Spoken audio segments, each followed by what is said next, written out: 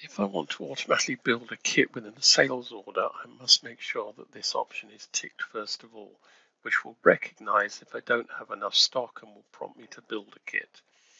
So I'm going to create a sales order now for this customer, and that item on it is going to be a kit. So I'm going to add home 1 to this particular sales order, and what the system will recognize is that I don't have enough in stock. So I need 1, but it says there's not enough in stock. Would you want to build a kit for what you can't satisfy? Yes, I do, and it takes me straight to the build kit screen.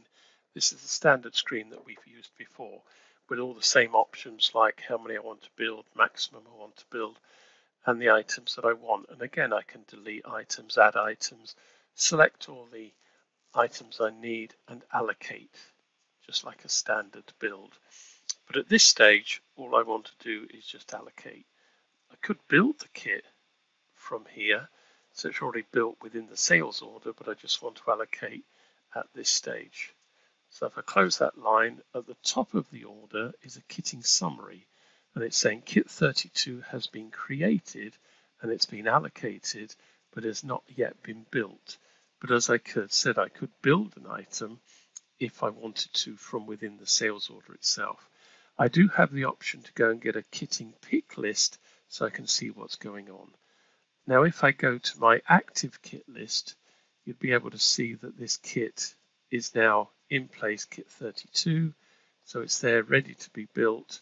And again, I could build it from here and then automatically allocate it back to the order. In the event there is insufficient component stock to do the kit build, these will be shown in red if you don't have them in stock. What you can do is to tick the red ones, and there's an add to back order button there.